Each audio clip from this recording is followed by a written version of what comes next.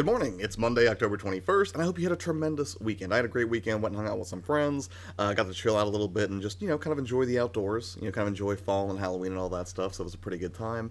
But yeah, I hope you had a great weekend as well. Today, really what I wanted to talk about were some of the ways that you could kind of keep moving forward even when it seems like there's no real clear path forward. Because I feel like one of the easiest things to kind of get caught up in when you're running a channel is the fear of the unknown, right? The ultimate fear, not having no idea what's around the next corner or what's coming next or what you should be doing.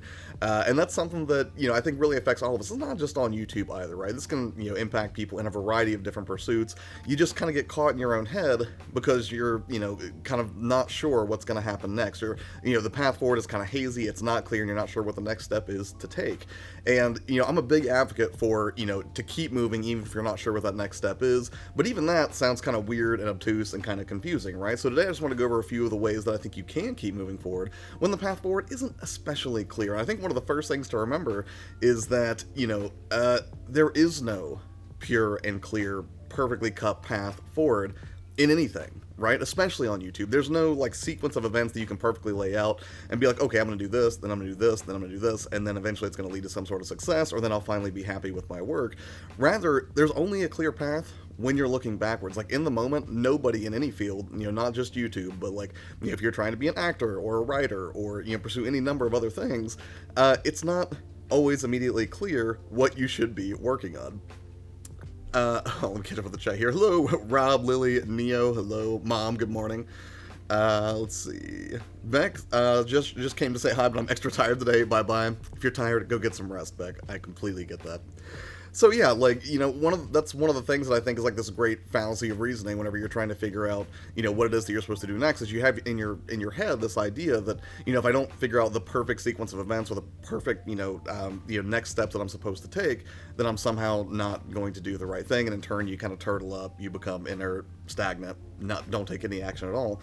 And that's the thing, I'm not here to get into like some, larger exploration of like fate versus free will or something like that, but truly, even if you have the best intentions, like even if someone gave you like the perfect blueprint, right, like here is the path to success on YouTube, there's still a ton of variables that are completely beyond your control that can come out of left field at any point and completely derail you. And if you look back at some of the things you've already done that you thought would lead you to success and probably did in some way, you can also see parts where you like try, or you can see these moments where you tried something and it didn't work, or you tried something and then it did work tremendously, but you had no control over that outcome. I think a lot of us see that. I think we've all experienced that. It's like when you pour your heart and soul into making a video and you spend like 10-20 hours editing it or trying to get it perfect or whatever, and then it falls flat, right? Nobody really views it, your existing subscriber base doesn't really respond to it, it doesn't really rank well for search, and it just sort of dies on the vine, right? And that's kind of discouraging.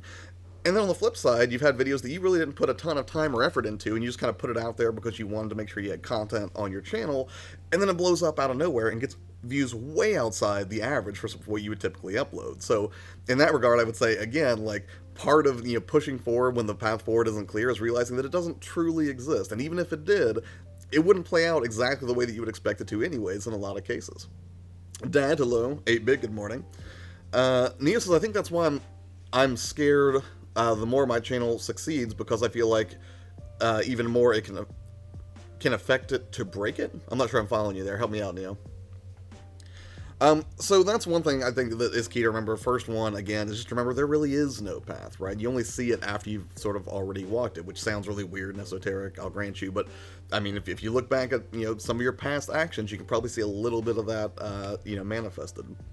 The next thing I would say is to focus on the known rather than the unknown. It's so easy to get sort of like caught in this mental trap where you're like, man, I don't know what the next video is I should make. I don't know where my next idea is going to come from. I don't know what the overall strategy is for my channel or where I'm going to be, forget 5 years from now. I want to be 5 months from now, 5 weeks from now, 5 minutes from now in terms of the thing that I'm going to think is a good idea versus the thing I'm going to think is a horrible idea. And then you can kind of get caught there and kind of, just be stuck solving imaginary problems. So one of the first things I would say is like to focus on the known things rather than the unknown. Like if you can make progress in another area on your channel, then work on that and don't worry about the thing that you're stuck on, right? If the thing that you're stuck on is strategy, if the thing that you're stuck on is like where your next idea is going to come from, if the thing you're stuck on is like, how am I going to, frame the next thing that I shoot, or how I'm going to do the lighting or make sure the audio is good or all those different things, whatever it is that you're stuck on, just back burner it. temporarily, right? Work on the things that you can control. Like one of the things that I do when I can't come up with ideas for content, or if I'm just feel like I'm really like stuck in a rut creatively, I'll start working on things that I know need fixed, right? I'll do things like update the about section on my channel, or I'll do research into things like title and tag, or titling and tagging and things like that, or I'll basically just find some other area, because there's about 15 different things that you have to do on YouTube at any given moment, especially if you're a solo act, right? Again, I mean, you have to like come up with an idea, you have to write it out, and then you have to film it, edit it, upload it. You know, well, you have to do post-production first, then upload it, market it, and then figure out how that fits into your overall strategy. So there's about 15 different areas that you're operating in on YouTube, aside from just coming up with your next idea, right? Or, you know, beyond just coming up with how does everything fit into your larger strategy.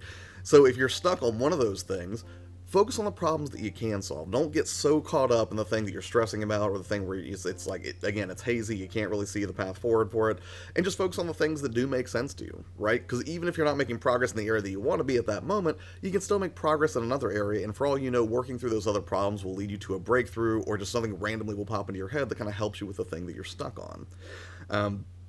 So, you know, again, and I think that also does really feed into solving real problems and not imaginary. When some of us will focus on like, oh, well, what if I make videos then? Like, what if somebody really hates it like 2 years from now? Or we'll think about these weird, outlandish scenarios that just about never come to fruition, which really that's just another flavor of anxiety, I guess you would say. But, you know, solve real problems, not the ones that might happen, could maybe happen, or you're confident they will happen, when in a lot of cases they won't happen. You know, try to keep your attention and your focus rooted on things that are real and tangible, the things that you can do that are right, you know, right in front of you, the things that you can take action on. Nia says, the larger I get, the more could go wrong, and break it. Well, yeah, that's true, but I mean, that's just part of the game, right? I mean, like, the more you grow, like, you know, the more you increase your presence on YouTube, or the more, I guess, complicated you get with your workflows and everything as time goes on, you get more successful, of course, like, the stakes tend to raise as well, right? Which makes the whole thing even scarier. But, you know, for me, what is way scarier is not trying to work through those things, and like having this horrible fear of regret of knowing I didn't, you know, try to stay in motion. So, but I understand where you're coming from. That's absolutely a real thing. Oak says, Josh, the path, see it until you've walked it. Bah. He says, true, there's a lot to do on YouTube. We have 3 main dudes and 4 marketing team guys, all volunteers, all good folk. Always remember and appreciate them. Same with our peeps on the tubes. Oak says, so I was just talking to a good friend about this stuff. Oh, you mean about uncertainty and like how to move forward, you mean? Is that what you're talking about, Oak? Neo says, that's why I've got some help and support with my main channel, and why I have a meeting in a minute. Oh, right on, man. Very cool. So yeah, that's something else that I think makes sense, is, you know, if things are unclear, or you're not able to take action because you're paralyzed by the fear of like, what, you know, I don't really know what the next step is, then just, you know, focus on the small problems that you can solve, right? And sometimes just working through those smaller issues can lead to a larger breakthrough in the area that you're struggling with. So third, the next thing that I would say, if you're, you know, not sure of the path forward, and you just, you know, you're feeling kind of like just suffocated by that fog of uncertainty, is to try to get some clarity, right? And what I mean by that is, you know, really take a step back. And I mean, I know I'm a huge advocate for taking breaks. I was like tweeting about that over the weekend. But truly, like, one of the things that you can do to try to make that process a little bit easier if you are struggling with a certain problem that you can't solve because it just feels like a mess in your head and you can't see what to do, you know, try to chill out a little bit, right? Take a step back. Don't try to solve those problems like in the midst of like 10 other things that you're dealing with. I think sometimes we like fill up our to-do list with so much stuff to do that then it becomes impossible to kind of prioritize what the most important thing is we're supposed to be working on. It's sort of that mentality of, if everything is an emergency, then nothing is an emergency. So if you're in the middle of like trying to do 10 other things on your channel, and then on top of it, you're like, oh yeah, and then I gotta solve this one huge problem where it's like I can't figure out what the next thing is I'm supposed to do, or, you know, whether I'm working on the right things or something like that. Try not to do those things at the same time, because again, humans are not great multitaskers. Computers are amazing multitaskers, right? You can throw a ton of different you know, like decision trees and stuff at them, and they can operate across a variety of, you know, different, you know, arenas, and, you know, solve a ton of different problems simultaneously. Humans, not so much. We're very much wired to focus on one problem at a time.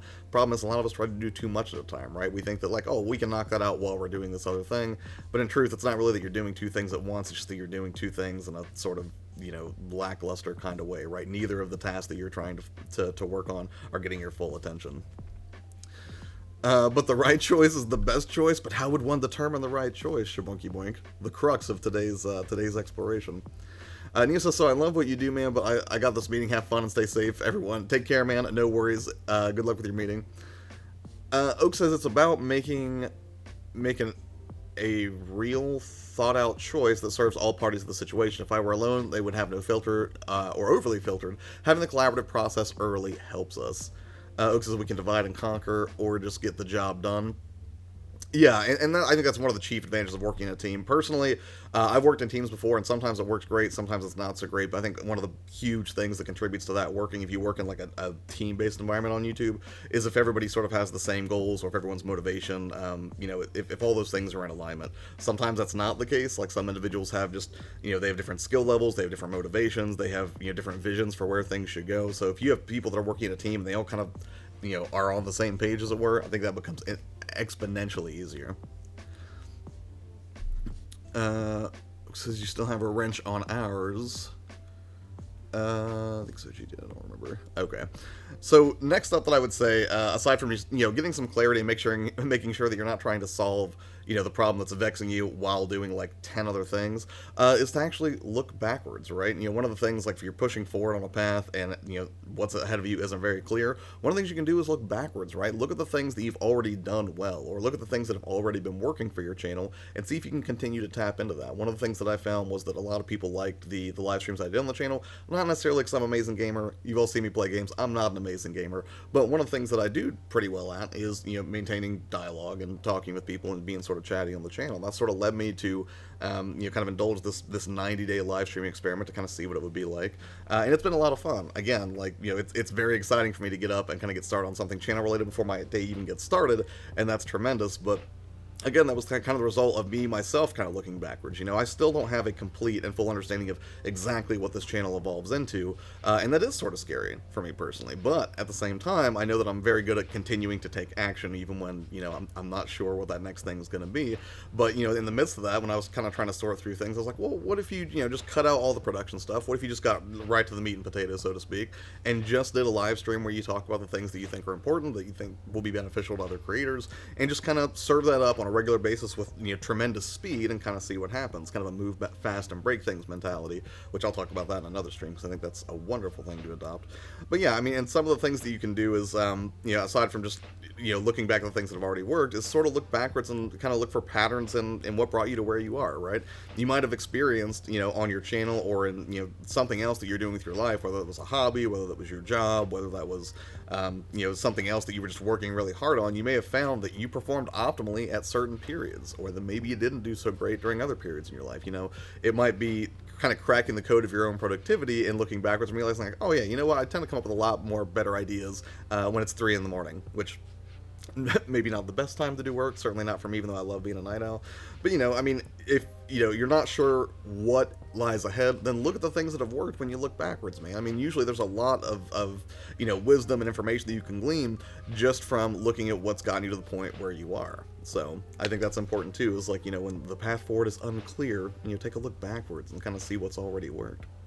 And then finally, the last thing, which actually this format is actually really good for that too, is, to solicit feedback from other people. Like sometimes we get so wrapped up in our own head trying to solve our own problems that really what we need is a complete break from our over-analysis of what's going on in terms of figuring out like, oh, what's the next video that I'm going to make, or, what's the next collaborative opportunity that I'd like to pursue, or, how do I figure out how to monetize my channel and things that you might not be clear on.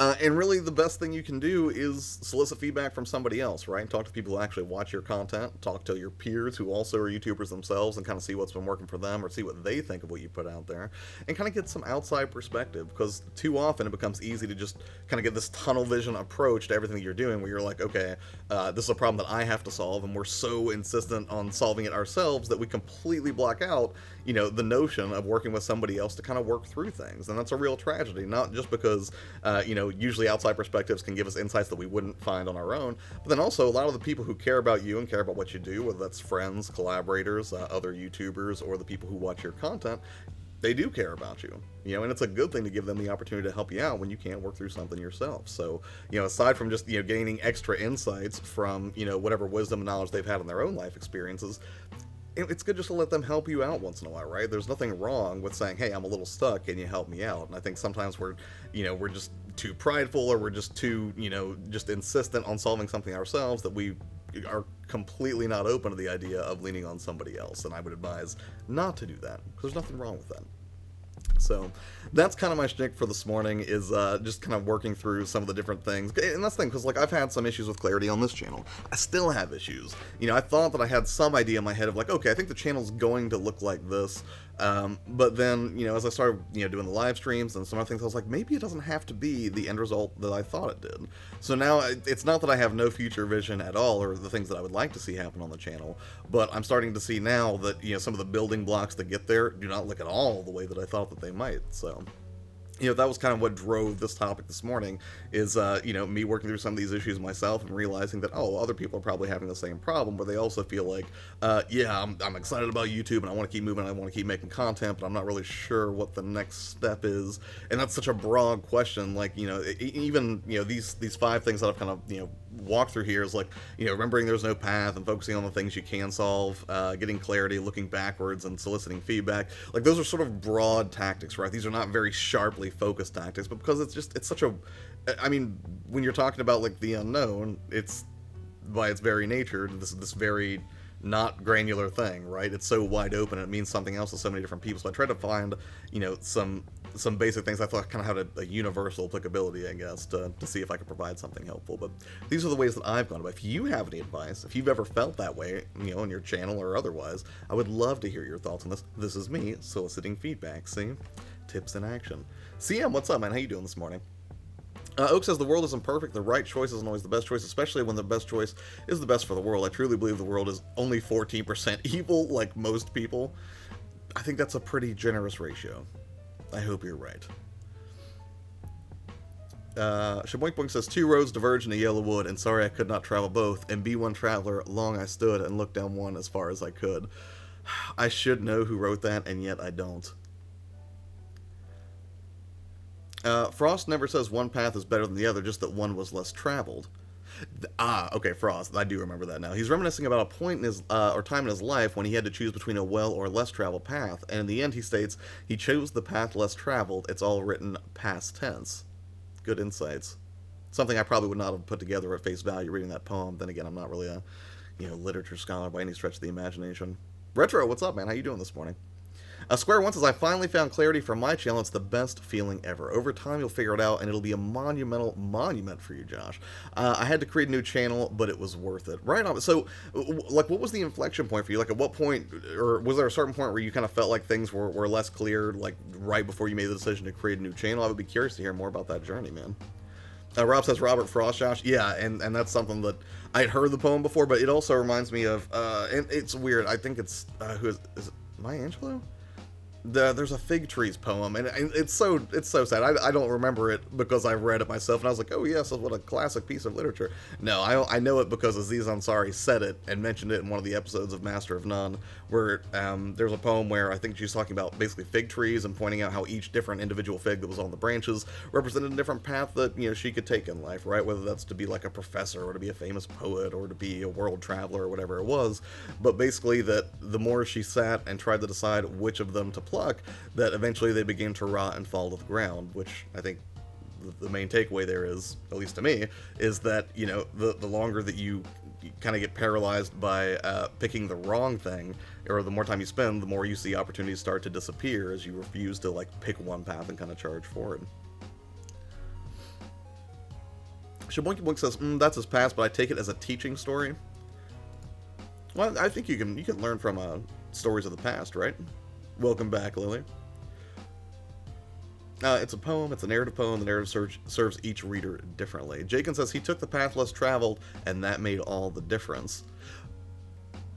But did it make all the difference just because it was inherently the path less traveled, so that meant it was a better path? Or do you think he just meant it just made all the difference to him, that he was no longer sort of crippled with inaction, Jakin? I would love to hear your thoughts on that. I'm doing a pretty good retro. Like, I had a good spooky weekend, right? Went to, like, a Halloween-ish type party. And I didn't realize there was a thing called Starburst Duos, which combined 2 flavors of Starburst in one, so that was pretty great. In terms of things that I could have discovered this weekend, Starburst Duos was definitely high on the list. So what about you, man? You do anything fun this weekend?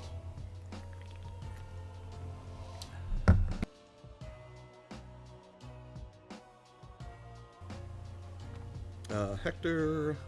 So I'm trying to catch up with the chat now, but yeah, I just that's it's weird too. Like, one of the other things that made me think about this was not just like my own uncertainty about the future of this channel, but one of the most common things that I hear from people, cause I'll have people, DM me, or they'll email me and stuff, and they'll have questions about working on their channel and things like that, and I'll try to give my feedback the best that I can. But one of the most common things that I hear is I just don't know what to do. Like, I don't know what the next step is, or I don't know what content to create, and that sucks, man. Like, that's such a crippling thing, because if you feel like it's not just scary because you feel sort of lost, but then it's also scary because you're like, okay, what if I do pursue a course of action and then I miss an opportunity, right? Like, and I think that's one of the things that gets to people a lot of the time is, if they do decide to go ahead and forge ahead, then there's also still a fear of the unknown, right? You don't have the fear of the unknown where it's like, okay, I'm not making any action at all, but rather than you can get in your own head and be like, oh, what if by doing this I'm actually screwing up? Like, what if I was supposed to take a different action and this somehow reduces my channel growth, or something like that? Or what if I'm so focused on working on this particular task to move forward that these other opportunities over here I can't take advantage of now, which is a pretty common thing. Like, one of the things that I've talked about before is the fact that Friday nights, most of my friends at this point know I'm not free to do stuff because I'm going to be on the Chillcast with Abaddon, and that's usually how I spend my Friday nights, right around 10 o'clock Eastern, right? And I'm making a choice there. Like, I'm choosing to be on that podcast instead of, like, going out with my friends to see a movie, or, just playing games myself, or whatever it is. So there's always, like, that nagging feeling when you choose a course of action, like, ooh, what if I'm missing out on some things? But, that's, again, it's completely unknown, right? Even if you had done the other thing, maybe I'll go out to the movies with my friends and I have a horrible time, right? When I get in a terrible car accident or something like that. You never know what fate has in store for you necessarily. So to sit there and ponder on what might have been or what could have been if you chose the other option is usually a pretty fruitless endeavor, because even if it worked out the way you thought it would, there's no guarantee that it would have come out favorably, right? It still could have gone horribly awry. So, I don't know. Getting more philosophical than I thought we would this morning. I had an interesting night last night. There was a tornado warning. Yeesh, that sounds terrifying, not necessarily interesting. CM says, I think you should make the videos that you want to make. Don't worry about views or the algorithm or anything like that.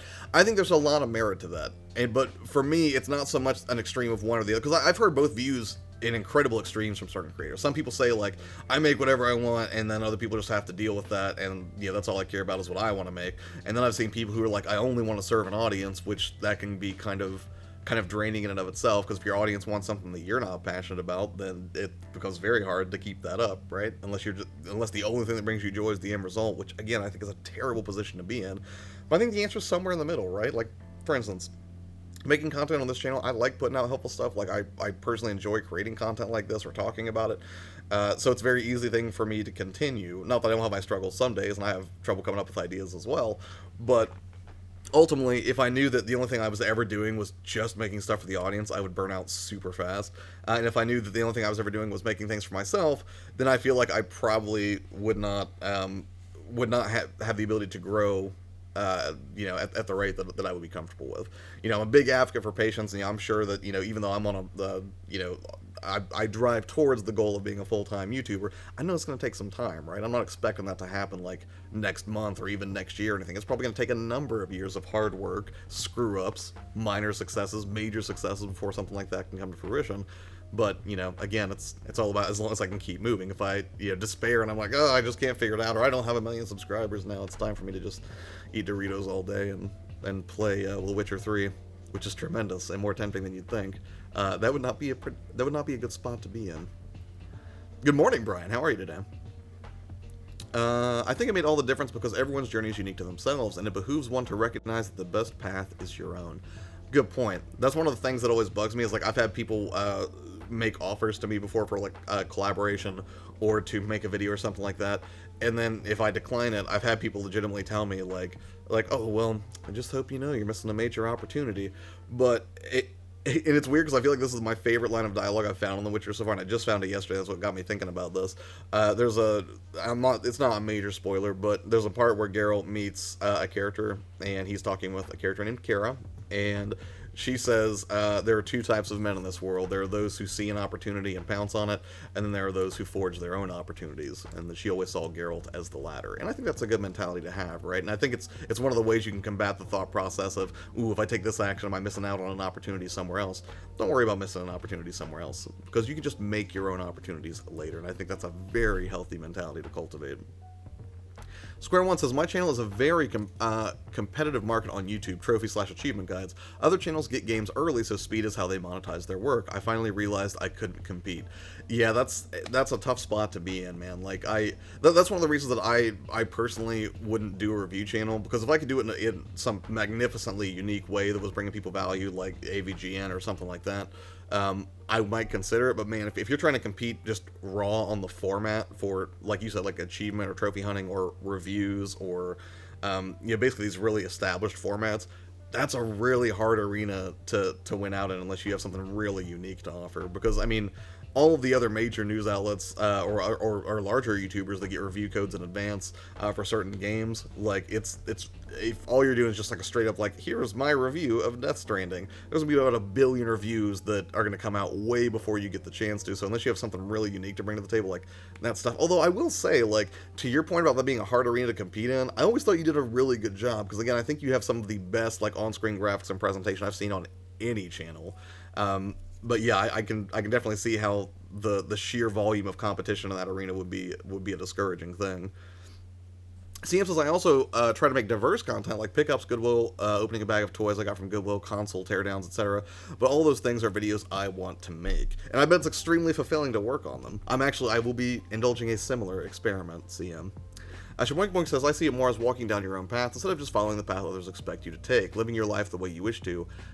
Excellent point. Don't live your life by the dogma of other people. Hey Jake, how's it going? Is that from Hunter x Hunter, Jaken? Is this an anime that you're referring to, Brian? Because that would be way outside my area of expertise. By the way, there's a ghost behind you? Yes, there is. Sorry. See, the other day, Checkpoints was in here, and he's been trolling me, photoshopping creepy things behind me in the stream. I don't appreciate. I mean, it's it's Halloween appropriate, but also a little unsettling.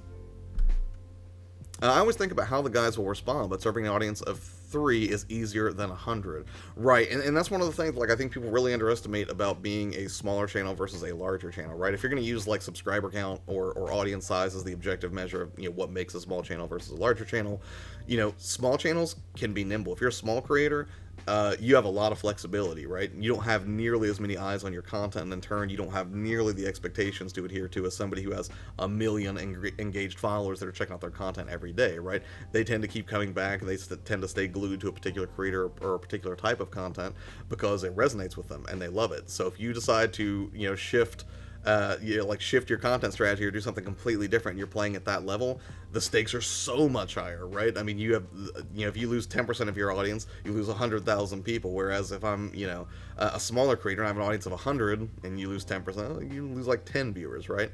Which, even though the percentage might be the same, you can see like it's way more in terms of like the views that you get on a particular video if you're a larger YouTuber than if you're somebody who's, playing at a smaller scale. We need to get together for a beer and dinner. I would like that very much, man. You have my number. Hit me up. Let's see if we can figure it out. I should have better availability in the first couple weeks in November, I would say. But yeah, let's get together, man. Let's go get some food. Let's see. Oak says, I have to stay retrospectively proactive. If someone came to me with a deal, it'd have to serve us to do it. Right, and that's the thing. Like, I've had people recently who have come in with incredibly one-sided offers and opportunities, and I don't know if they legitimately expected me to just jump on and be like, oh yeah, this sounds like a great idea, but man, like, if someone wants to work with you, but they're bringing nothing to the table that benefits you or your audience, I wouldn't take that deal. I will never take that deal. You should make a video all about all of your favorite YouTubers that start with the letters CM. Actually, it's weird you mentioned that.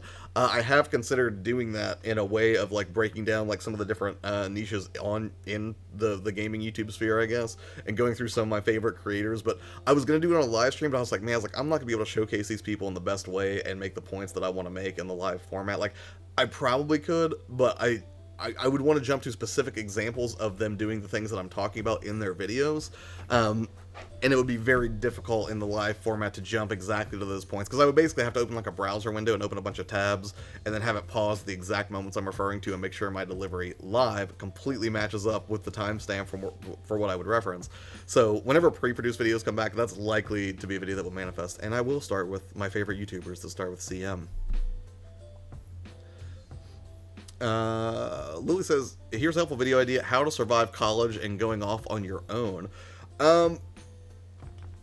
God, that's That's really good. How to survive college and go on. So, well, that probably wouldn't be the best fit for this channel. But I would definitely... I'm trying to think how I survived college and going off on my own. I would have to think about that a little. I don't think I have any really great advice right now. But it's something to think about. See, there's no path on YouTube. It's about a string of decisions, and every chance to decide is a gift. A chance to redux my past in a reboot of sorts. That's always a good feeling, right? Because one of the things I heard early on was I had somebody who I was collaborating with, right? They were like, hey, do you want to come work on this website and periodically create video content? And I think the pitch there early on was they were like, well, you'll get exposure to more people by doing this. And when I was a little bit more naive, I was like, yeah, that sounds fun, let's give it a shot. And then I started doing it, and I realized that they had really crazy expectations for a non-paying gig.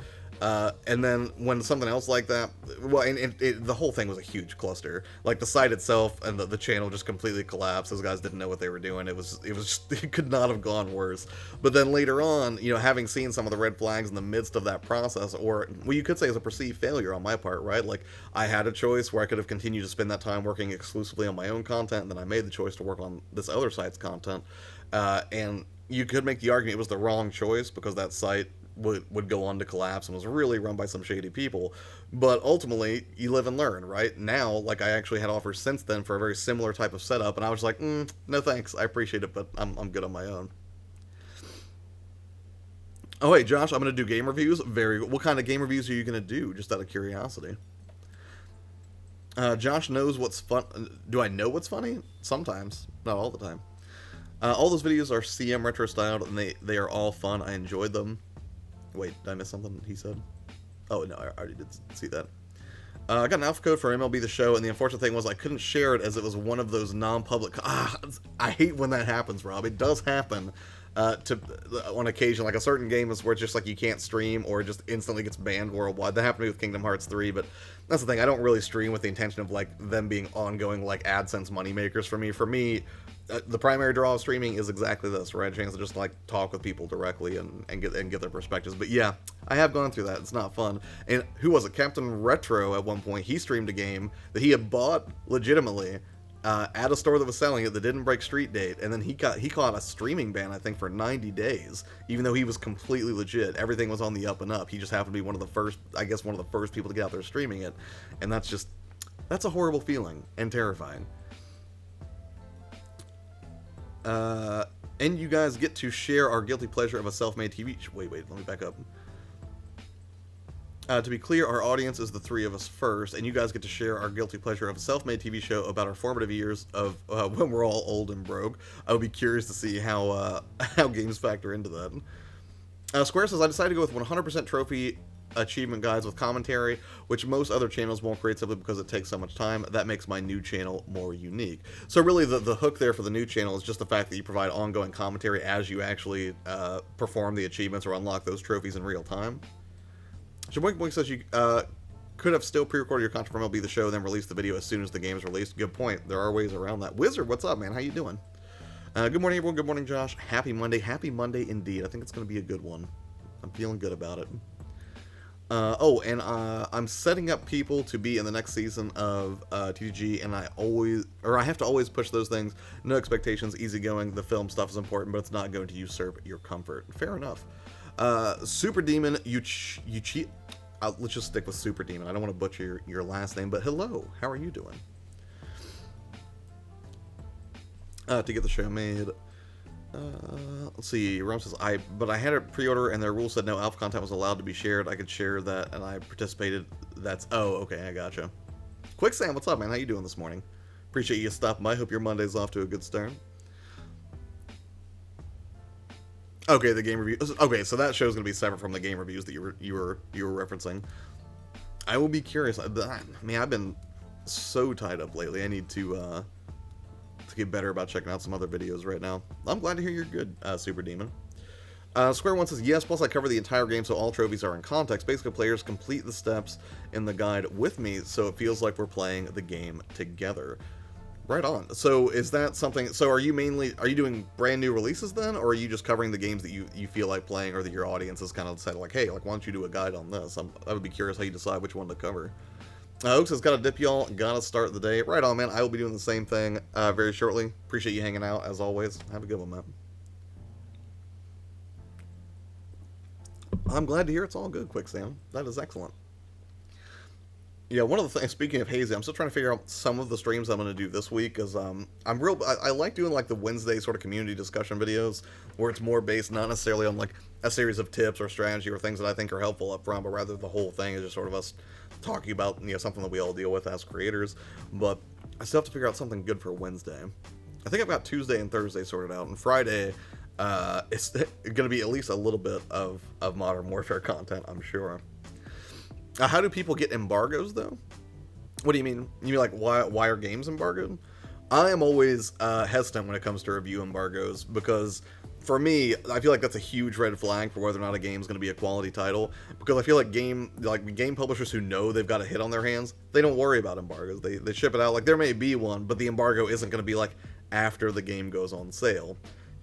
Anytime I see a game that has a review embargo that's like the day of sale or the day after, that immediately gives me hesitation, and a lot of the time I won't even pick up that game day one, because I'm assuming that they know that it's not a great product, and that's going to manifest in their reviews, and their fear is that whenever it gets manifested in those reviews, consumers are going to see it in advance and decide instantly, yep, not going to buy that game, this looks like it's going to be a dumpster fire. So review embargoes happen from the publishers, right? They basically say, you can't release review footage or content surrounding this game until a certain date. And I think usually it's for them to try to protect their asset, the best way that they can, and not let people make snap judgments about the game and not go, buy with their wallet. Make sure of both, but I focus on the newer games as much as possible. Right on. So is there a certain title that you're eyeing that's coming down the pike? Because I feel like Death Stranding would be on your radar, but correct me if I'm wrong. Jamonkey Wong says embargo is just when a company says you can't release anything before the date they allow you to. Right. Sushi, good morning. I already want this Monday to be over. Is it starting off kind of rough? Or are you just having trouble waking up today, Cynthia? Rad Brad does it every time. Who knows? People might even get new Star Wars games early. Oh yeah, I mean there are a lot of YouTubers out there or content creators that it's definitely to the benefit of the publisher to get it into their hands as early as possible, and especially if they know they've got a quality product and there isn't like an embargo situation. They're just like, yeah, do whatever you want. We know it's a good product. There's lots of people that are going to get a hold of that game early. Sushi, me too. I start work at 7 a.m. Yep, I will be starting here in about 20. Call of Duty and Death Stranding. I will be checking out your Call of Duty. I'm not necessarily on a mission to get all the achievements, but I would be curious to hear your commentary surrounding how to get all of them. And I'm also, so as part of your workflow, trying to scout out what achievements are going to be available for a title early on, Square One. Also, The Last of Us 2 is online at this moment. Wait, what do you mean it's online at this moment? Last of Us 2 doesn't come out until like February. What are you talking about, Super Demon?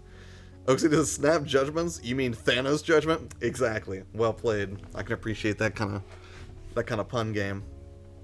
Only the big guys and people who were invited to the presentation get to record gameplay at presentations. Yeah, that's one of the things that I noticed at E3 was like they had a very specific sort of roped off area for Nintendo where they had people with media passes that were invited in to capture their own footage of gameplay experiences and everything. But meanwhile, like I have like the regular guest pass, right? And whenever I'm looking at different games, I've got Nintendo reps yelling at me like, you can't just record gameplay on your phone without a person in there. Like you have to have a person playing, and it wasn't the worst thing in the world, but it was kind of annoying. Shamonkey Boy says only the big guys and oh wait, no, sorry, I just read that. I'm sleepy and I have a few tests today. It's okay. You're gonna crush the tests even though you're sleepy, because I'm sure that you studied really hard, Cynthia. You always do. Apparently their gameplay of it, I'm being serious. What you mean, like, so is this being streamed directly from Naughty Dog, you mean? Or are you saying that like somebody somehow got a copy of like an alpha build or some early copy of The Last of Us 2? Oh, it's an alpha demo. Okay, I gotcha. Square One says, yes, I do a lot of research and pre-production before a game is released. I would imagine, like just, again, with the quality of the graphics I've seen on screen for a lot of your videos, that would just be like an absolute necessity, especially if you're trying to compete on speed or make sure that, you're being timely with those releases. Because, if you're targeting new releases and players that are, looking for that content right at launch, you probably have to do a ton in pre-production. Yes, good luck on the test, Sushi. I'm with Lilypad on this one. Those are the people who are allowed to record it. Naughty Dog allowed them to release it. Okay, I got you, Shaboinka Boink. Techhead, hello. How are you doing this morning? Yeah, because at first I thought you were saying like somebody got like a leaked copy. I was like, there's no way that game has already gone gold and that, you know, retailers somehow have a copy of The Last of Us 2. Because that would have completely blown my mind. I would be like, why are they lying to us? What was their marketing strategy in pushing back the release to February if the game is available now? But that does happen. Like back during, what was it, in the N64 days, I think it was Nintendo delayed the release, I want to say of GoldenEye, because they were worried. Was it GoldenEye or Star Fox? I can't remember. But there was some major title that a lot of people loved playing, but the delay of that game got released not because they were doing like bug fixes or polish or something like that to enhance the experience for players, but rather it was purely for marketing reasons. They were worried that releasing that title was going to cut into what was it? Oh, it was like, there was a Donkey Kong 64, right? Is that what I'm thinking of? Hold on.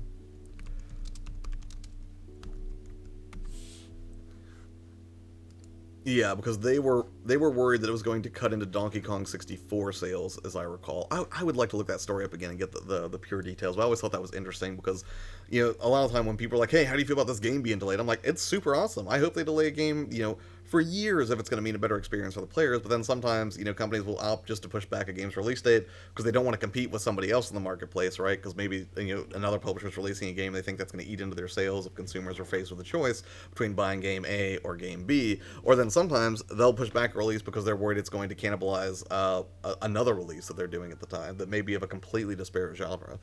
Marketing is very interesting to me.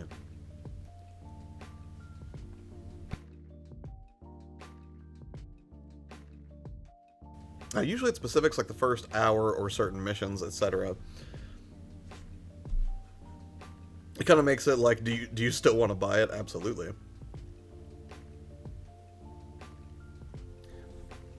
Doing good, just playing guitar. Nice. Are you going acoustic or electric? Just out of curiosity. I know really nothing about music, but I am interested. I have a guitar that I bought forever ago because I was like, I'm going to learn to play guitar. Nope, it's not happening. It was a fun idea, though. It was an acoustic guitar. It was an Ovation, as I recall.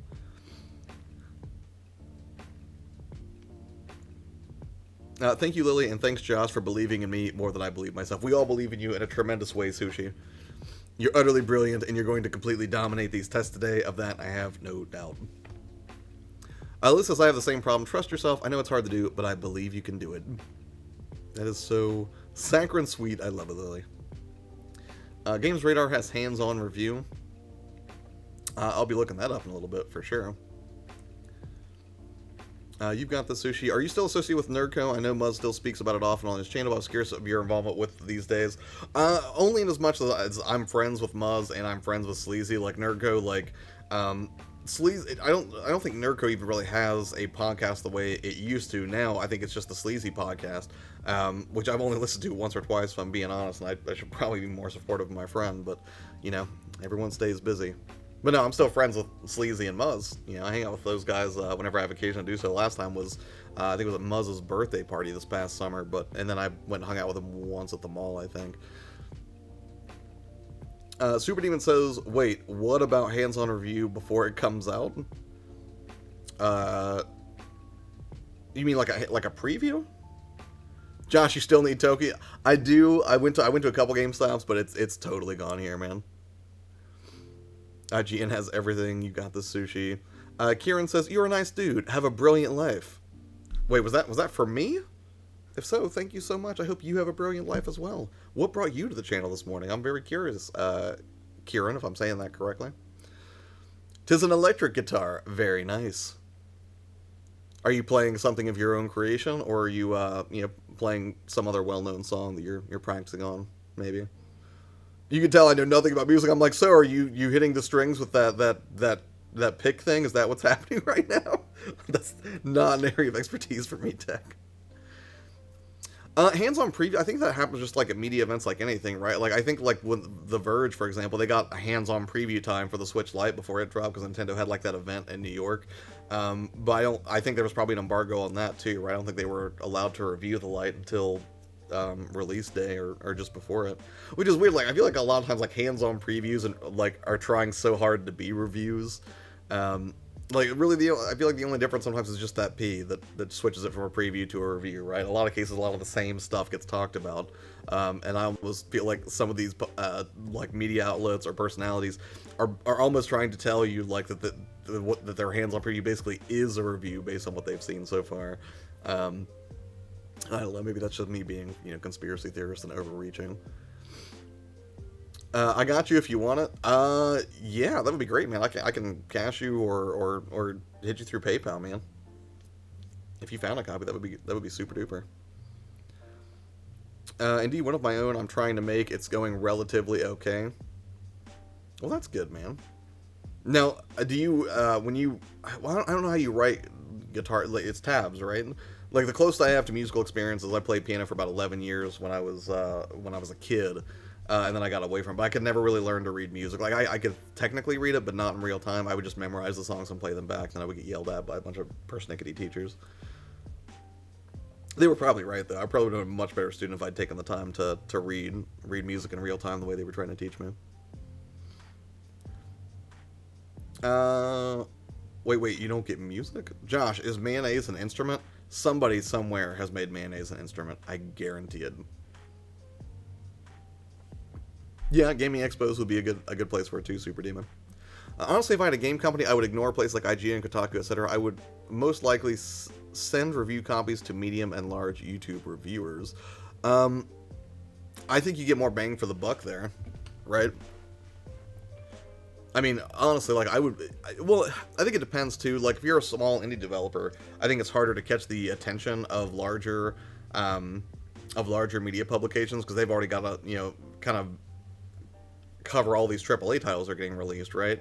And beyond just the fact that they have to cover them with reviews and everything, they also have a limited number of staff to kind of tackle those individual projects and review those games thoroughly. But I think that you're right. Like if I was an indie game company, I would immediately target like medium to large YouTubers and just be like, hey, do you want a copy of the game? Check it out. I feel like you would stand to get more traction there than if you try to go straight for like some massive media outlet.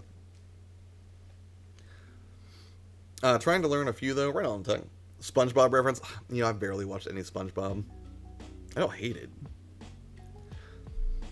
Yes, for you, buddy. I subbed a while back. Your videos are really useful stuff. Thank you for the good content from the UK.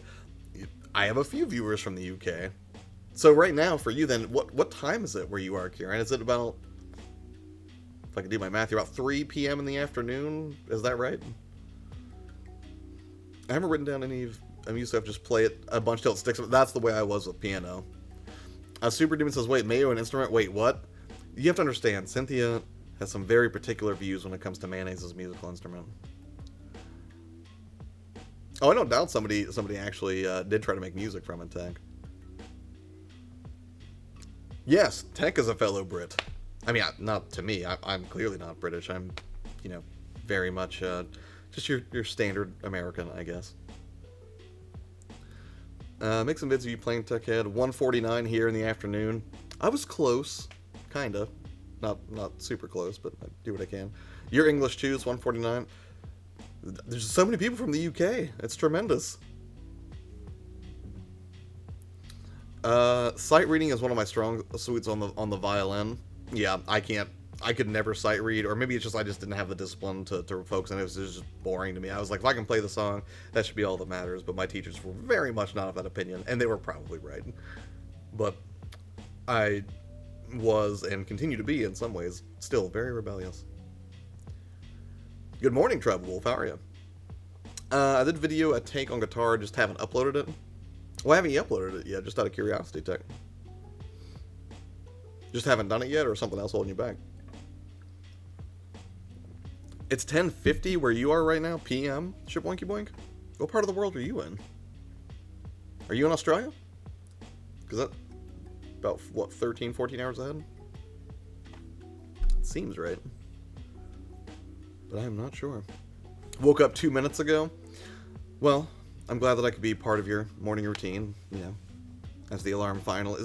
Man, I'm so bad about hitting the alarm, though. Like, I hit the snooze button like 4 times, and And that's even after I position them around the room strategically to try to force me to get out of bed and walk to it. And I get up and I walk over to the snooze button, I hit it, and then I walk right back to bed. I'm so bad about waking up. It's a real struggle for me. I need to get better.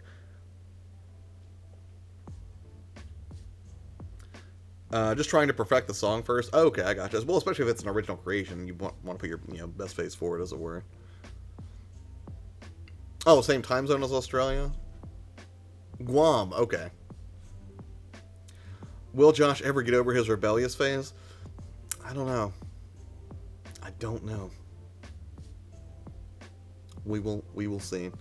But much as I would love to continue to stick around talking about, what to do when you don't see the right path forward in video games, and to a lesser degree guitar, because I can contribute a lot to that conversation, I'm going to go ahead and jump off here so I can get ready for work. So that's going to be starting in a few minutes for me. But put my alarm clock in the bathroom. I tried it. That also didn't work. I'm just the worst shit boinky boink. But yeah, thank you guys so much, as always, for taking the time out of your morning to hang out with me and talk. And if you have comments or, feedback after the fact, please feel free to comment on this video. I'd appreciate it immensely. Hope you guys enjoy the rest of your Monday. Sushi, good luck on your tests. I'm sure you're going to crush it. And I will see you guys on the next stream, which will be either later tonight or tomorrow morning, depending on, how I spend my spooky Halloween time. But yeah, take care, have a good one, and I will see you on the next stream. All right, bye.